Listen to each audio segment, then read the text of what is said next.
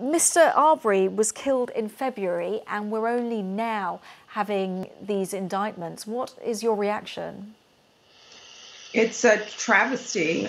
You have a family that has been grieving for months and searching for justice. And the only reason why this horrendous killing is getting the attention that it did is because a video was released that has gone viral both across the United States and across the globe.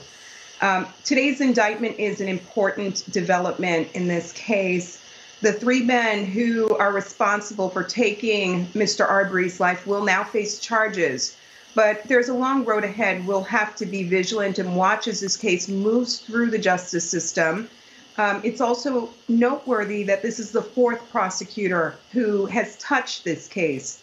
This is a case that moved through the hands of three different prosecutors before landing with the current state attorney handling the case. It really underscores the need for us to ensure that prosecutors who handle sensitive cases that involve racial violence and racial bias are impartial and fair in how they handle these matters from the outset.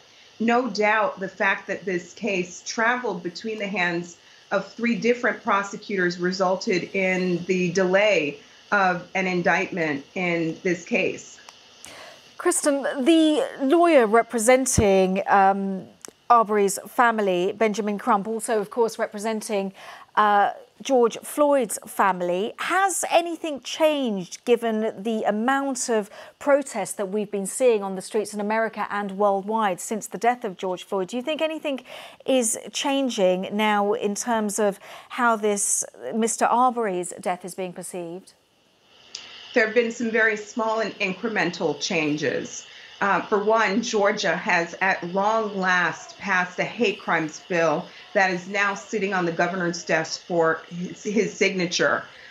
Georgia was one of only 4 states in the country that did not have a law on the books that made clear that hate crimes are a violation of the law, that there's something different about racially motivated and racially biased killings like that of Ahmaud Arbery.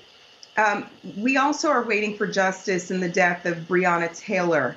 And at this moment, Congress is debating legislation that would put in place a policing reform package that actually includes language that would, at long last, ban lynching, which has never been done in our country at the federal level. These are a series of small steps that have had kind of a cascading effect across the country. We're starting to see some state legislatures that are putting reforms on the books, but there's still a long way to go to fully confront the crisis of racial violence and police violence that are both gripping the nation. Kristen Clarke, the President, Executive Director of the National Lawyers Committee for Civil Rights Under Law. Thank you so much for your time.